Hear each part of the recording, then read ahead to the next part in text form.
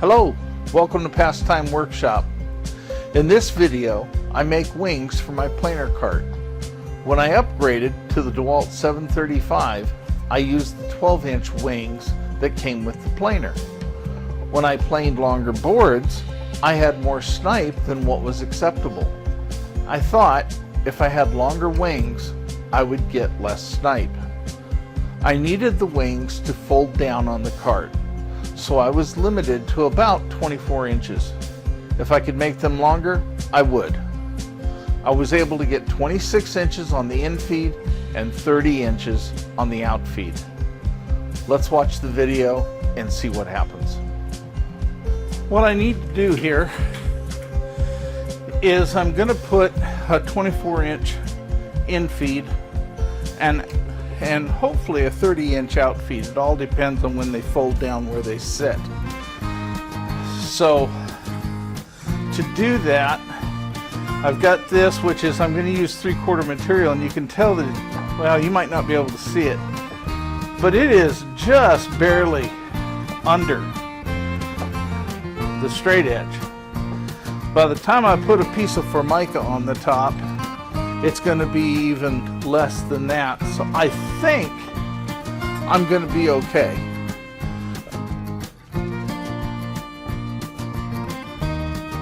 These are the hinged shelf supports. They lock in place when raised and have an easy release lever to fold them back down. Folding the wing down will get the wings out of the way when not using the planer.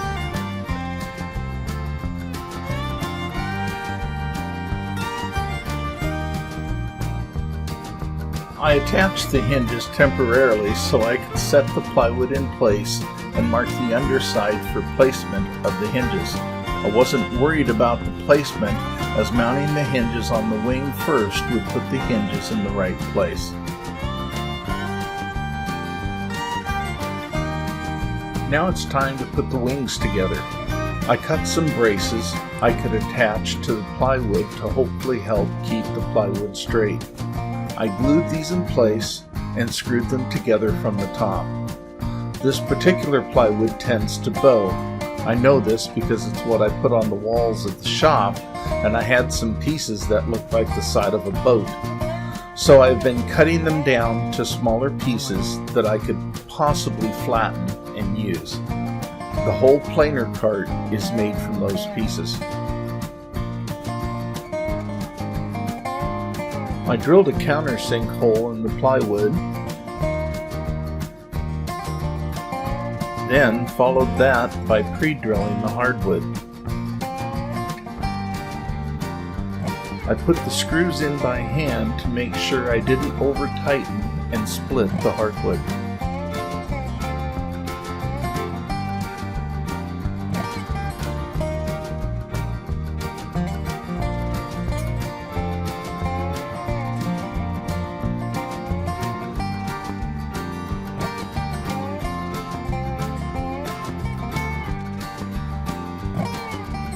Spreading the contact cement is easy, but can be a messy task.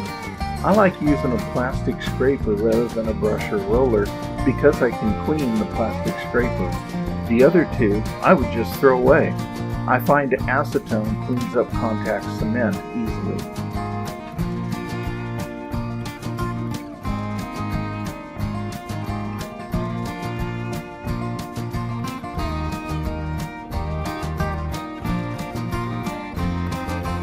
After the contact cement has dried to the touch, about 20 minutes, then the two pieces can be attached. You only get one chance to place everything in the right position. I usually leave more overhang so placement isn't an issue, but again, using what I already had on hand, you don't always get what you want.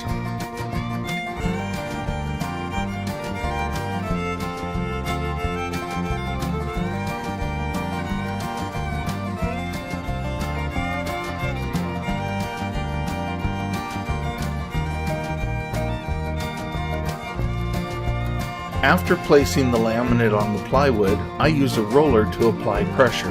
This helps eliminate air bubbles and helps bond the two pieces together.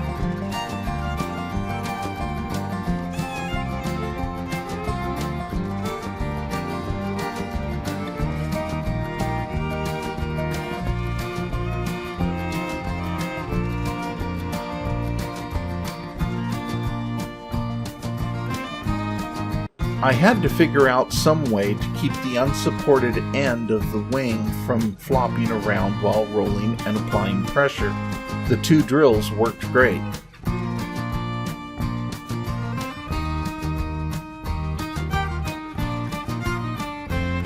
If you like what you see, please subscribe to the channel and hit the bell so you're notified when a new video is posted. Also, please leave a comment. I would love to hear from you.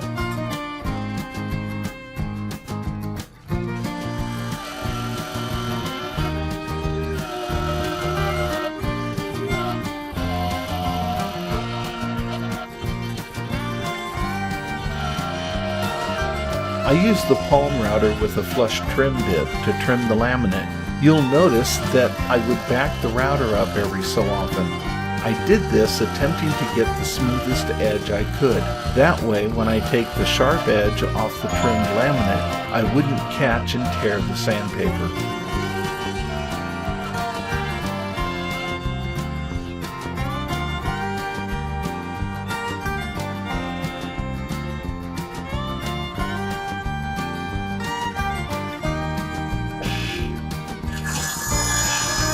After testing the fit of the wings, I discovered that the bracing made the wings too thick to fold down. So, as you can see, I had to trim all 4 edges.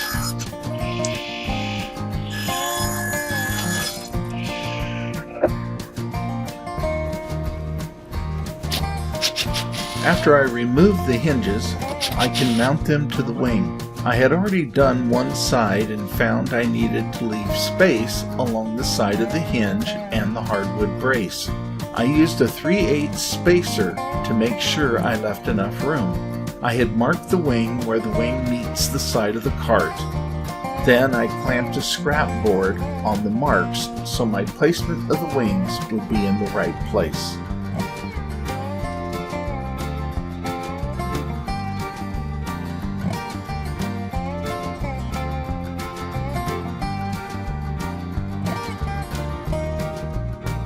Getting the wings attached was a challenge by myself, so being the ingenious person I am, a clamp seemed the right choice to hold the wing while I secured the hinges to the cart.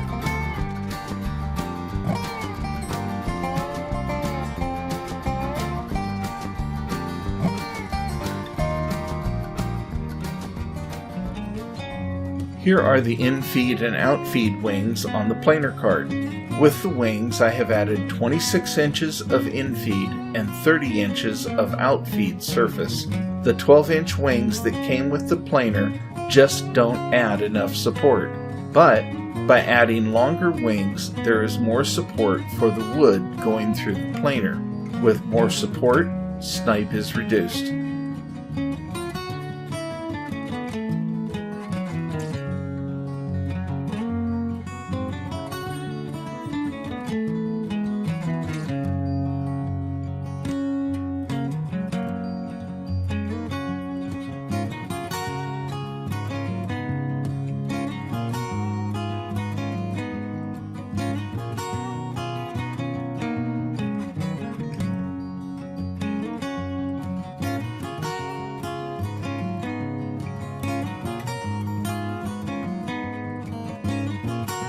Wait, before you leave, don't forget to subscribe and like our video.